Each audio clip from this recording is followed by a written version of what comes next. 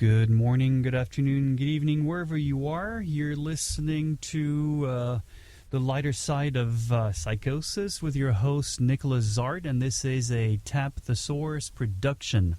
So welcome to our third episode, and hope you've enjoyed it so far. And just to reiterate the idea of the Lighter Side of Psychosis, it's basically all these things that we encounter out there that are just very strange, or that we don't feel our normal reactions, and including ours too, obviously.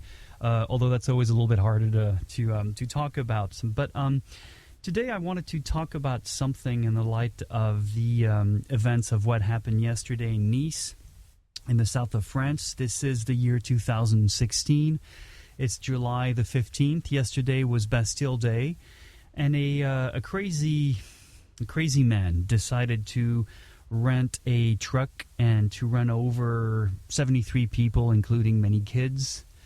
And I just wanted to talk about that. Now, usually the show is really tongue-in-cheek, and I hope we can somehow turn this into a tongue-in-cheek show. But I'm going to talk a little bit about myself. I'm going to talk a little bit about what I've experienced so far when it comes to terrorism, and that terrorism is much more complicated than what the news delivers, and at least the way they deliver how we should look at terrorism. Terrorism is bullyism. Terrorism doesn't just happen out of nowhere. Terrorism isn't born out of a vacuum. Terrorism is created.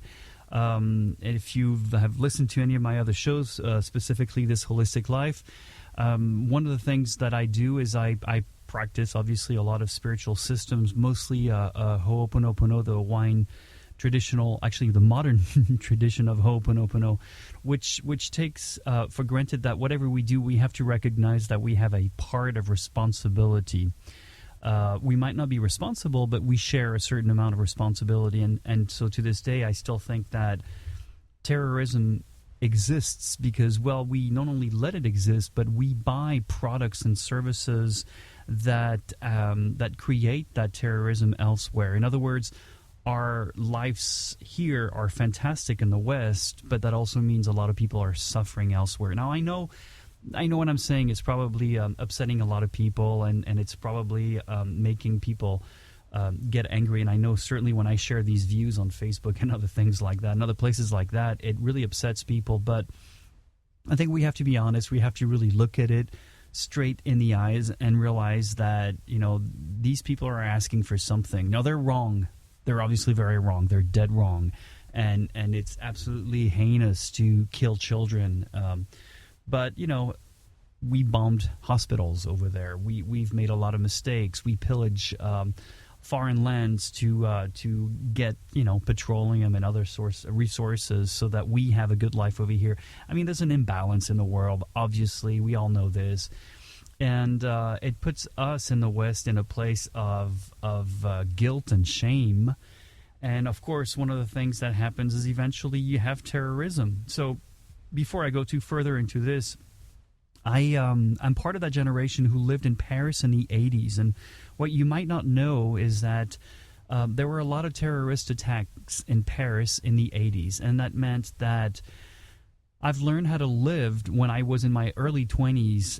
I've learned how to live to be very careful of walking near public garbages, public trash cans. Simply because back then in the 80s, the Muslim Brothers, as they were called, used to put bombs, dirty bombs in trash cans in the middle of the city, in the middle of roads and avenues and things like that. So what this meant is that at any moment you could be walking next to a garbage can and kablooey, it would explode. And just to show you how dirty these bombs are, and also how disgusting and dirty these mines are, and be careful when I say these mines, I'm not necessarily talking about the terrorist mines, because they've got the plans for these kind of bombs from our military, our people who, invent all these things to kill other people and everything. So I'm not saying that it's, anybody's fault, but those things start from somewhere. Obviously, you can thread it together. But some of these bombs were very easy to make. Take any of these propane gas tanks, empty it out, and then put needles, bent needles inside, shove it, and then put an explosive of some sort in it, pressurize it, and these needles whip around, shredding your body. And you would just either die instantly if you're lucky, or you would suffer a horrible agony and die. So these are the things that would happen in Paris in the late 80s, or the mid to late 80s. I know this might be shocking because a lot of people don't know about that. Well, because simply enough, at the time, in the 1980s in the United States, well, we didn't really know that much about terrorism. I mean, sure, an airplane had blown up here and there was, the problem over Ireland and all of these things. And those were our limited concepts of what terrorism was. A bunch of foreigners fighting and exploding bombs in a foreign place. Nothing had happened locally. 9/11 hadn't even happened. So that was it. And so I've learned how to be careful. I've learned that even today, I'm 50, it's been 30 years, I still walk in the streets. I always look at garbage cans, I now at least I'm sort of slowly getting over my PTSD, but, it's still there. I see them. I don't walk away from them, but I'm just don't feel good when I walk near them. So I had to live through that. And by the way, I also went through international schools where I had a lot of friends who were Lebanese, who were Palestinians, and who had been forced into the war. And, they talk about how some people can sleep with one eye open. And you always think it's a figurative way of saying it, but no, it's true. These people would sleep with one eye open. These people, you would snap your finger in the dead of night, they'd be up and about, and they'd be ready to fight. And that is a reality in their 20s, right? So I've witnessed that, and also here's the other story I've witnessed. It was a Monday, September the 10th, and it was 2001. We were just coming back from a family gathering in I think it was somewhere in the Carolinas, I forgot, and we were being driven back to the Charlotte airport, and we were one of the 3 U.S. Airways airplanes that was supposed to take off on that Monday evening and land in LaGuardia. So, just regular pre-2001 airport stuff. You're just waiting in line, blah, blah, blah. Nothing special until all of a sudden an announcement comes in and says all flights to LaGuardia are canceled. You will not be able to fly out tonight. So, of course, grumble, right? I mean, we're all complaining. What is this nonsense? What's going on? And of course, not a lot of news, not a lot of explanations. The only thing we kind of heard afterwards was that, quote unquote, there was a computer glitch at the LaGuardia airport. But that was it. So it was stressful. We were all grumbling. We were all mad. We were 3 airplanes that were grounded at the Charlotte airport. And so for the next hour or so, maybe 2 hours, we didn't know what was happening. We didn't know if we were supposed to drive back to my wife's family or look for a hotel. The only thing we knew is that my wife had to be at work that next day. And, I had to see clients, but as long as I have internet, I'm still fine kind of thing. So we're grumbling. We're not happy. Traveling sucks and all that kind of good stuff. And all of a sudden, an announcement comes in and says, flight whatever, our flight, will be able to take off. It has a 15-minute window opportunity. If you can get on your airplanes in time, you will leave. Meaning, out of those 3 airplanes, our airplane was the only one who flew out that night back into New York City. So you probably guessed it. This was Monday, September the 10th, 2001. And so we're fighting our way back into the airplane, and I'm finally all settled in. I'm happy. My wife is next to me. We've got 2 seats together. She's has the window seat. I've got the aisle seat. We're in flight. Nothing special, just a regular flight. Nothing out of the ordinary. I work on my computer. She's studying, blah, blah, blah. And then, of course, it comes around to we've got to land. So, put away your laptop. She puts away her books and everything.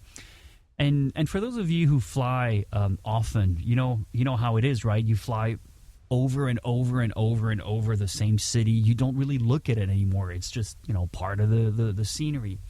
Well, strangely enough, that night, both my wife and I stopped what we were doing, and we both looked out the window at the beautiful, beautiful illuminated Manhattan skyline. It actually, I shouldn't say skyline when you're flying in, I just realized. But anyway, it was gorgeous. It was beautiful. It was all illuminated. It's a beautiful city to see. It's a beautiful city to live in. It's a tough city, but we both stopped and we looked at the towers, and boy, they were beautiful. They were all lit up and everything, and I remember just thinking how beautiful the towers were. Also, I remember one thing, how special those towers are to me, because you see, I was born in another country, right? So English is my second language. And when I was 11, I came to New York, and my father brought us out. Within that very first few weeks, we were living in New York, not New York State, not New York City, but about a half hour away from the city. And we went downtown, and we went to see those towers. And I got to tell you, as a foreign little kid, 11-year-old kid, I remember being at the base of those towers, looking up, and they were immense and gigantic. In fact, they were so tall, they looked like they were bending over, about to fall. It was just amazing. And, of course, going all the way to the top was a scary thing because it was just huge. It was tall. I just came out of living in a small village of 1,500 people. All of a sudden, I'm in the middle of a multi-million populated city, and those towers. I mean, it was amazing. So it was my first sort of realization that I was in that foreign land, that mystical land called the United States, the USA, whatever you want to call it, America. So here we are, we're circling, we're seeing the Empire State Building, we're seeing the Chrysler Building, which is, by the way, gorgeous because the reflection on those shiny metal pieces are just absolutely fantastic. And well, we land at LaGuardia. And I don't know if you know all the three airports in New York, but LaGuardia is by far my favorite because it's more of a smaller airport. It's got a nicer feel, more human touch and human feel to it. And it's not like JFK. I mean, JFK is huge. JFK is massive. Even the metro doesn't come. I mean, at the time, it didn't always come directly into it. And Newark is just a modern airport. It's not pretty. It's cold. It's impersonal. But LaGuardia has this feel to it. And LaGuardia is pretty darn close to the city. I mean, you can actually take a little boat and get off and go into the airport, or you can actually even swim if you were ever so tempted to do that. So here we are. We land. We take the subway back, I believe, back to the city. If not, we took a cab. I can't remember. And, we go to sleep and everything. Next morning, Virginia's already gone. She's at work already, and she works midtown in the financial district.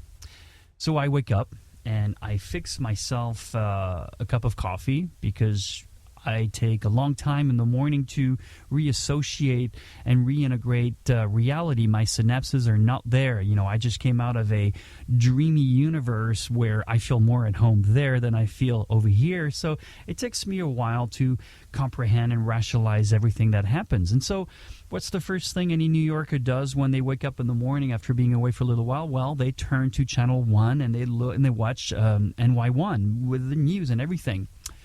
And so I remember seeing the presenter. He's the main guy there. I forget his name now, but I remember seeing the towers, and I remember seeing the fire, the smoke belching out of one of the towers, and going, "Wow, that's a big fire, man! Big fire in the World Trade Center. How did that happen?" And I'm just going through trivial thoughts like that, not grasping any of the reality that was happening, but just thinking about more mundane things, such as, how does the sprinkler system work? How will the firemen get there and knock out that fire? And just thinking, wow, what a big fire.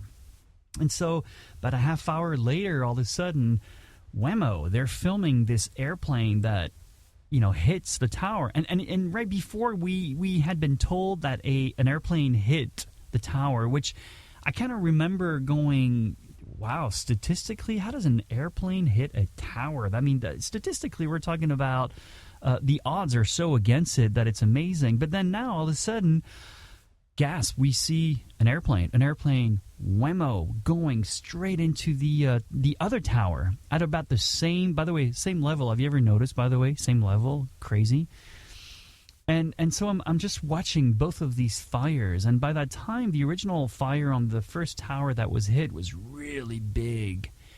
And all of a sudden, the unimaginable happens. You can see the tower coming down with a set of explosion as it goes down, bada-bam, bada-bam, bada-bam, just like a controlled demolition of a tower.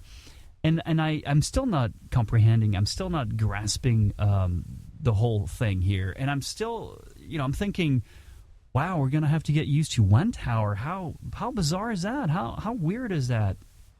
And so I'm trying to wrestle with that one. But then, now I'm finally starting to understand, hold on a second, that other tower is going to go down? Airplanes crashing in, and I'm starting to hear the word terrorism, slowly but surely it's starting to sink in. And not only that, but it brings back and it dredges back all these things about having lived through Paris and the bombings in the 80s. And even, by the way, you wouldn't take trains because even on the TGV, some of these people had put a bomb in the middle of the TGV and the thing exploded while it was, rushing away towards the south or something like that. So all of a sudden, my PTSD comes out, and I didn't know I had at the time. But I'm in full panic blown. Now, I'm realizing, shit, now I got to get my shit together. This is it. Virginia is Midtown. They just attacked the World Trade Center. This is the finance center of most of the world, I guess I should say. Virginia is in the other financial center here in Manhattan, and that's Midtown, Avenue of the Americas. So I'm trying to reach her. I'm trying to call her. And, of course, everybody's trying to call everybody in Manhattan. International calls are taking over all the lines. There are no more cell towers to make any calls. Thankfully, at that time, we had that wonderful, amazing company, that telecom company that had a walkie-talkie, and that was Nextel. Nextel was an amazing company that, by the way, thank you very much, Sprint, for killing that one. And thank you, FCC and the Public Utility Commissions and all these guys for screwing us over again with that one by allowing this merger now. Nextel doesn't exist anymore. The walkie-talkie is just a faint memory. But that walkie-talkie of Nextel was the only way I could reach out to Virginia and find out that she was okay. So that was amazing, and that was just the silver threading in it all. But the thing is, her boss didn't want her to go. Her boss didn't want anybody to go. They somehow felt safer in a building, whereas the other buildings had just been knocked down. And I'm telling her, I'm saying, just, my God, they're idiots. Please leave. Just go. Don't think twice. Leave. So eventually she left. And thankfully she didn't go on the streets. She just went straight to Central Park and walked back home from there, which was smart. And, after that, we're just in a state of disarray. I don't really actually remember what happens after that because it's just really, really odd. But here's one thing. Here are three things that I do remember that your TVs, your radios, your news never told you, ever told you. The one thing that I remember is if you actually close your eyes right now and you start to listen, you're going to hear very familiar patterns that you might not be aware of. The cars driving by, the bus stop over there, airplanes in the air. All of those things are normal behaviors, right? And especially so in Manhattan. Manhattan is a very loud city. Well, no, not on that Tuesday, September 11th. It was quiet. It was eerily quiet. It was dreadfully quiet. And there was no airplanes in the sky, save for once in a while F-16s or F-17s, whatever they were, circling. And they make a very different sound than a commercial or airline jet. And that was all we could hear. It was traumatizing. It was very weird.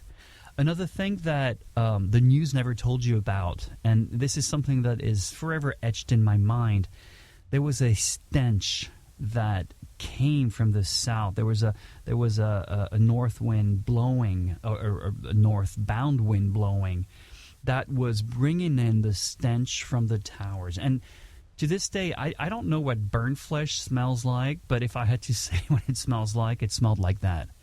It was an incredible mixture of burnt flesh, explosives, and just dirt, soil, pulverized cement, whatever you want to call it. And it was that incredible stench.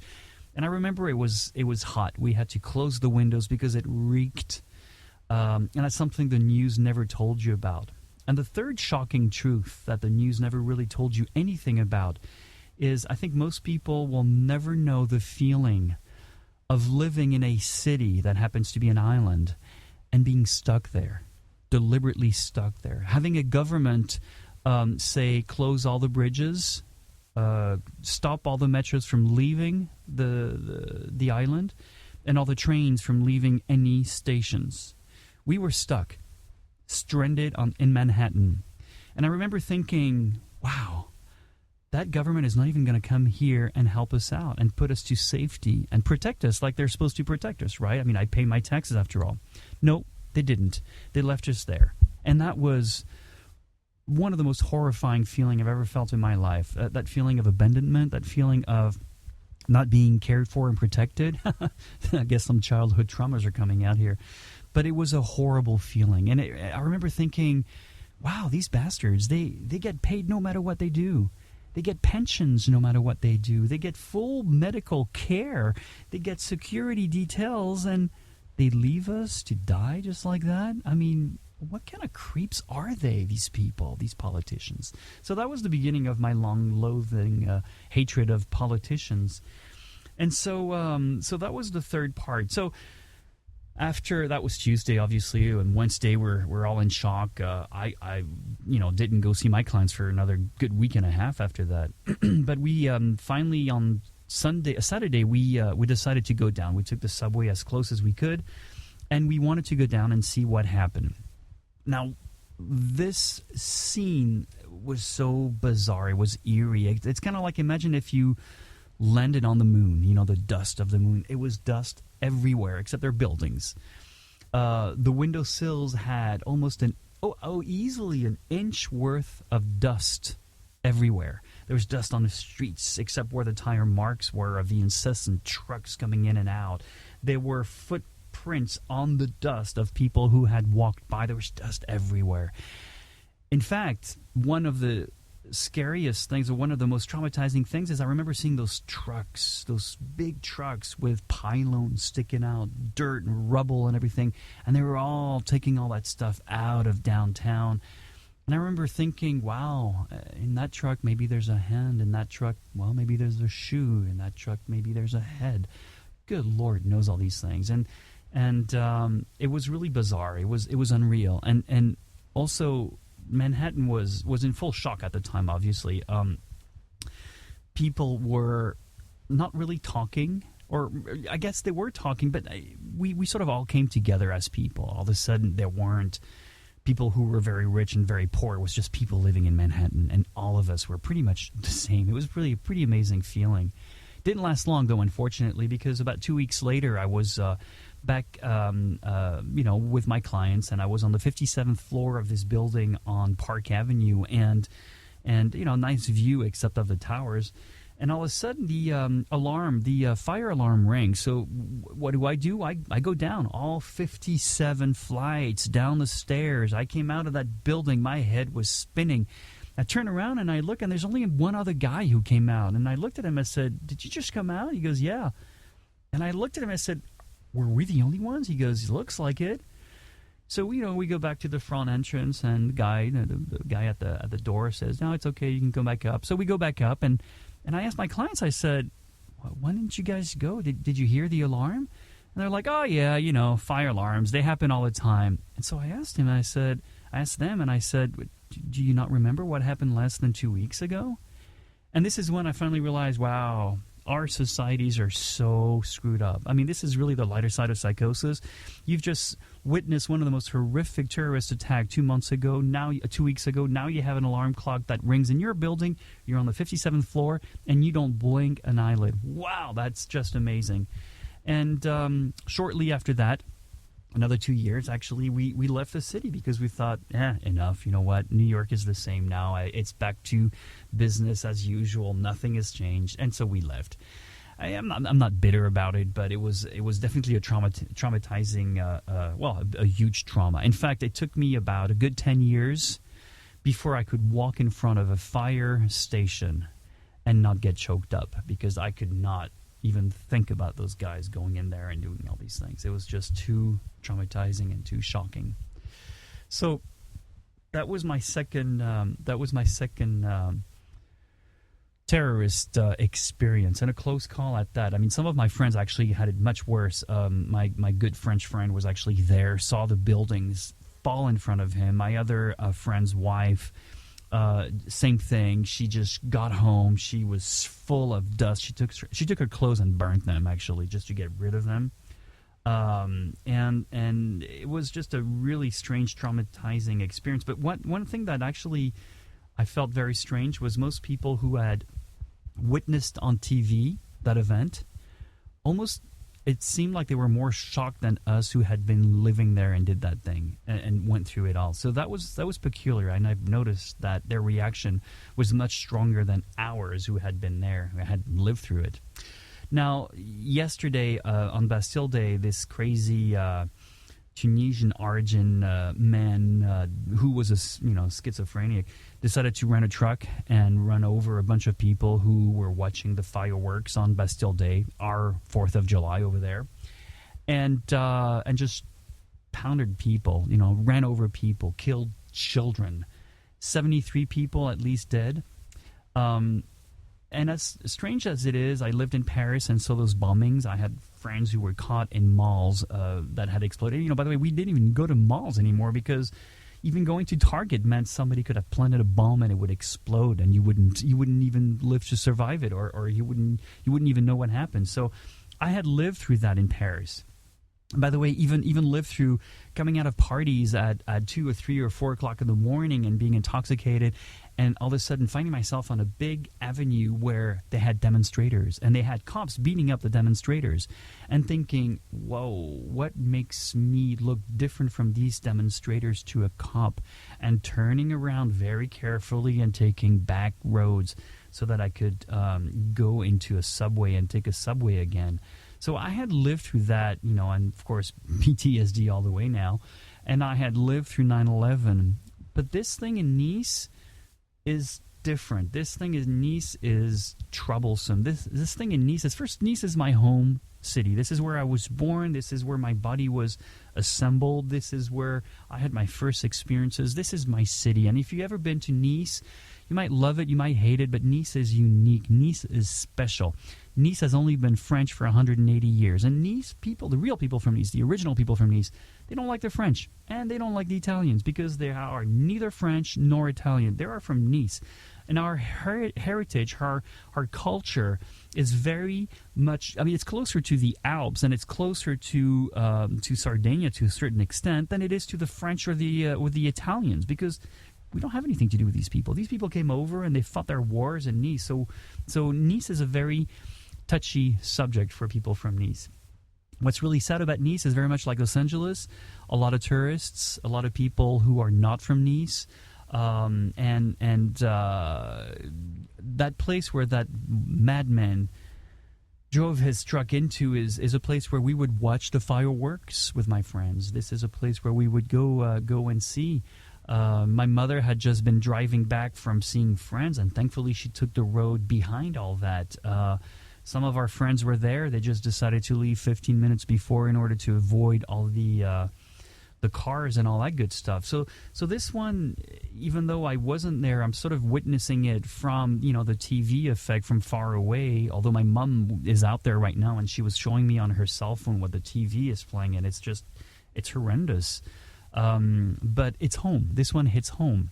So now going back to the original idea of terrorism and how, terrorists, they don't just pop up out of nowhere. It's a creation. It's a reaction to something. We live in a universe of cause and effect. It's a causal universe. It doesn't just happen in a vacuum. It's a reaction. A horrible reaction, an unjustifiable reaction. Nonetheless, it is a reaction. and it is a reaction to something, and I'll let you figure it out on your own. But obviously, we have a certain part of responsibility in it all. The things that we buy, the products that we buy, the services we buy, definitely influence that. But this time, it was scary. This time, it was closer to home, and for the first time in my life, I'm not even thinking, I hope this one is the last one. Yes, of course, I hope. Everybody hopes that. If you enjoyed this third episode of The Lighter Side of Psychosis, I'm your host, Nicholas Zart. This has been a Tap the Source presentation, and I hope everything is well with you guys. And if you have any questions, please contact me. You know where to find me. Facebook, Nicholas Zart, no H. Thank you. Bye-bye.